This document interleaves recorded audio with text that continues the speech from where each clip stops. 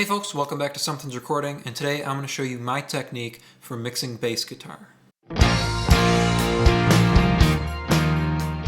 Okay, so we've got a kind of pop rock song up here, and we've got a bass DI and a bass amp, and I'm going to show you my technique for mixing both of them together into one good bass sound, okay? Let's get started here. So I'm going to play you what they sound like individually, and then I'll play you what they sound like when they're together, okay? So here's the DI. By itself, no processing on it.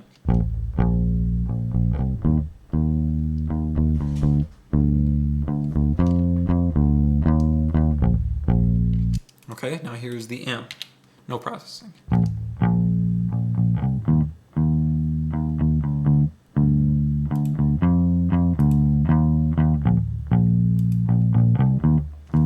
So they sound pretty similar. Now let me play you what they sound like together.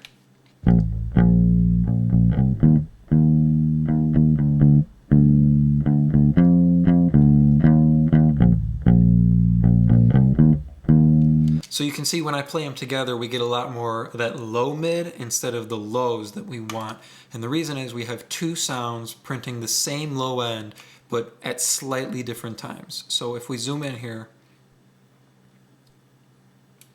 you can see they're not quite in phase, right? So this one starts here, this one starts here, and they're just a little staggered. So it's the same low end signal printing, just at slightly different times. So we're generally going to get some cancellation. So I'm going to show you what I do to take care of that. Okay, so we're going to start with the DI here, and we're going to go grab an EQ. And what we're going to do is we're going to turn the DI into our low end signal, and we're going to turn the amp into our top end signal. That way we split the signal and they're both not printing the same low end. Okay, so here's the DI.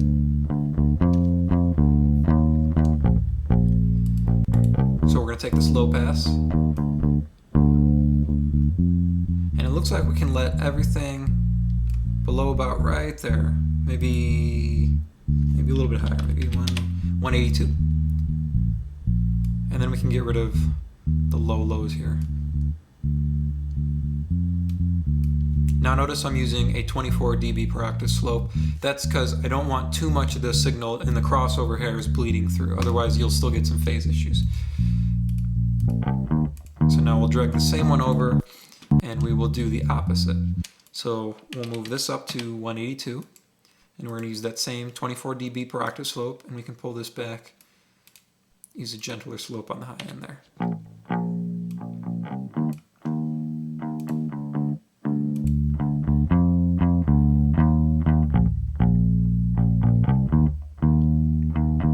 So I'll show you the difference. So here's before.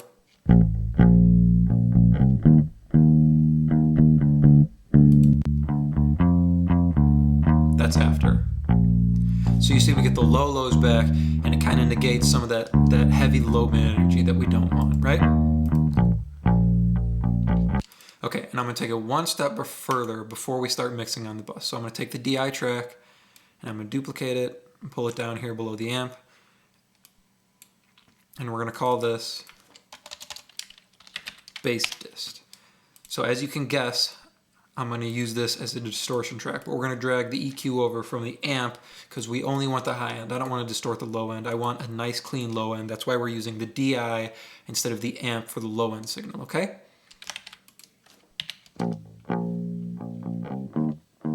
So we're going to drag a distortion plugin on.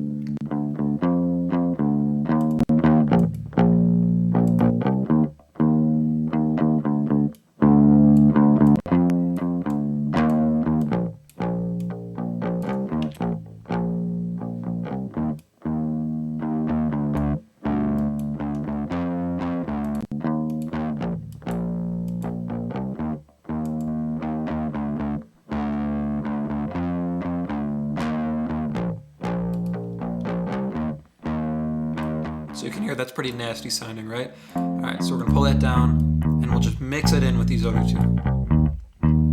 It's just something subtle, just to give us a little bit more definition so the bass actually cuts through in the mix.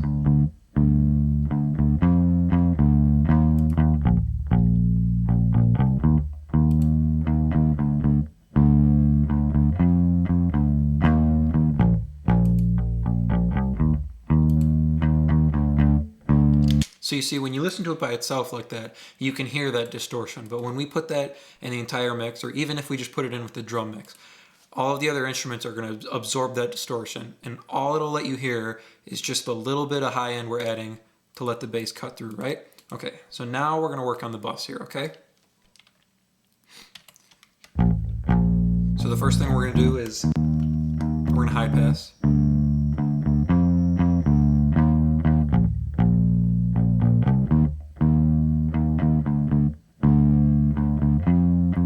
We'll take it up to about 70 there. Now there's still a bunch of low mids that are kind of ugly, right in this area here. So let's take care of those real quick. All of those. That's better, okay. Now the high pass there is so I can focus my low end at around the 80 hertz area. That's kind of the fundamental you want to emphasize on your bass guitar.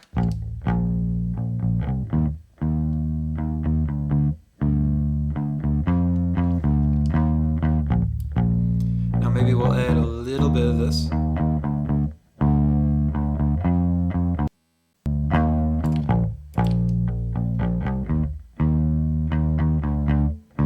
Just a touch there. Again, those are kind of those mid-range frequencies that are going to let the bass poke through and sit really nicely with the electric guitars. And maybe something a little bit higher.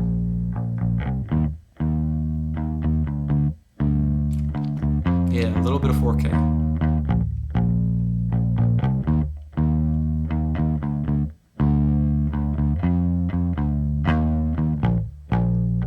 Now these upper frequencies here are what can let you hear the bass when you listen to it on smaller speakers or on headphones, right? Because on headphones, you're not going to hear that 80 hertz, right? You're not going to hear that low thump. So you still want to be able to hear the bass and discern the bass from the other instruments. So now we're going to move on to compression here.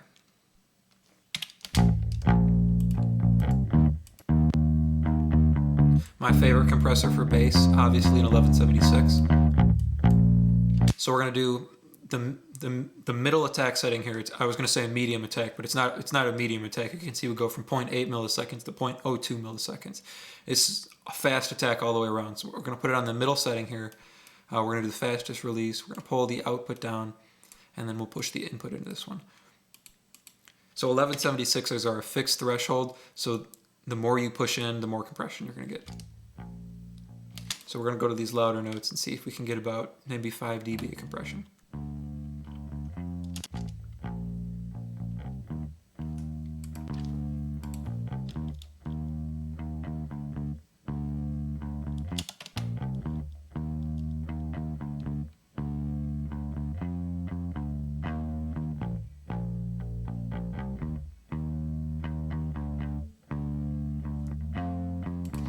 So maybe we'll push it on some of these notes a little bit over the 5 dB mark. You can kind of squash your bass guitar, and the only thing is you'll lose some of the low end, but you can always go back. You could put an EQ after the compressor and add that low end back. You can squash your bass because you want a nice, even low end in your song.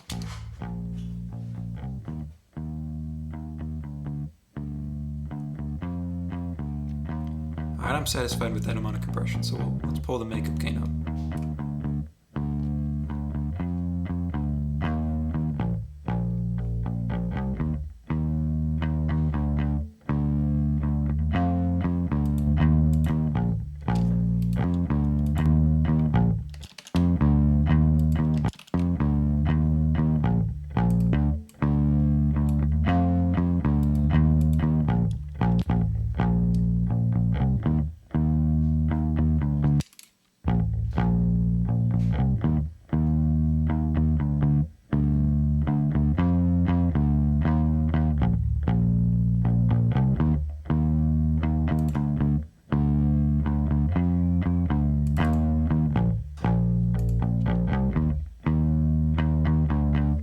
Okay, now we're going to throw the bass in with the drums here and make sure we got the low end right. You want your bass low end to sit with your kick low end, right?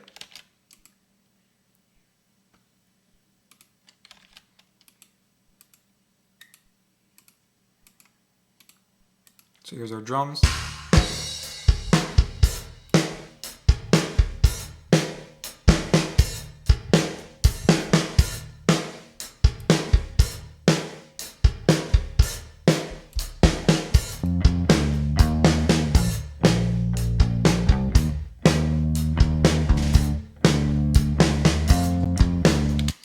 So maybe just a touch more 80.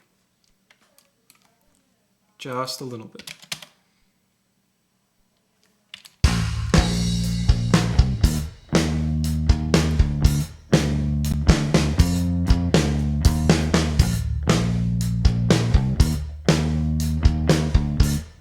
Maybe I was wrong. That kind of puts the bass above the kick there.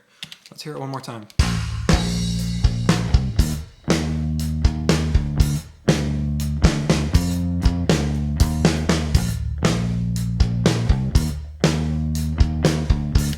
No, I kind of like that better without the extra 80. The reason is, so we'll take a look at the kick here. So see,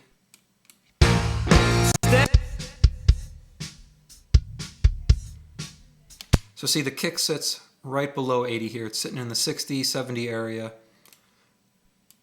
And then on the bass, we're emphasizing that 80 area. So the bass is sitting above the kick. You don't want them both sitting in the same range. Otherwise, they're going to be competing for it. And it feels like when I add a little bit too much 80, it pulls up some of those lower frequencies. So we don't want the bass competing with the kick. We want them to both have their own low-end frequencies.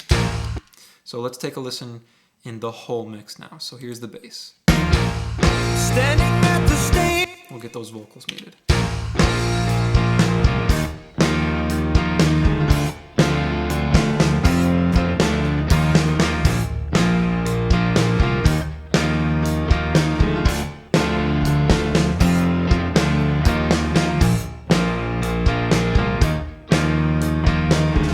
Now here's something subtle for you, okay? I'm going to mute this distortion track and take a listen to what changes, okay? See if there's any high-end information that you lose on the bass, see if you lose any discernibility, okay?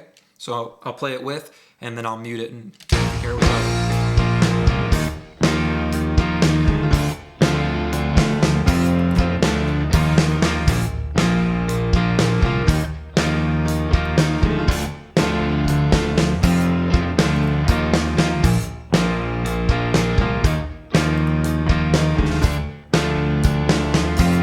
You hear that? It was kind of subtle, but it has a big impact when you pull that out. I'll play it with just the piano and just the guitars here, okay? So take a listen one more time. We'll play a little section here. First with, and then I'll pull it out.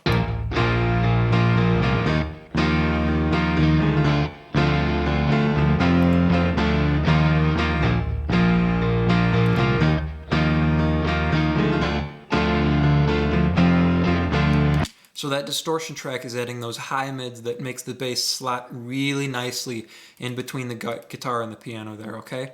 Without it, you just get that low end thump with the bass just sitting below the piano. That distortion track really helps the bass sit nicely in the track, okay? I'll put the vocals and I'll play it one more time in the entire track. So here's the finished bass guitar mix for this track. Standing at the station with a ticket to leave you in my hand, drowning in the memories.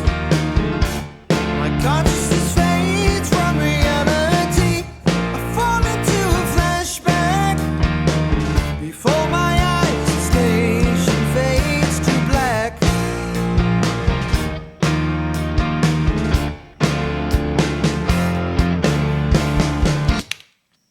And that's it. It's a simple technique for mixing bass guitar. Just separate your bass and amp frequencies. Make sure the DI is your low end, the amp is your high end, and then duplicate the DI and use it as a distortion track to add a little bit more high mids so you can get that bass to cut through in your mix. That's it for this video. Hope you guys learned something. Let me know down below in the comments if this was helpful for you, and I'll see you guys in the next video.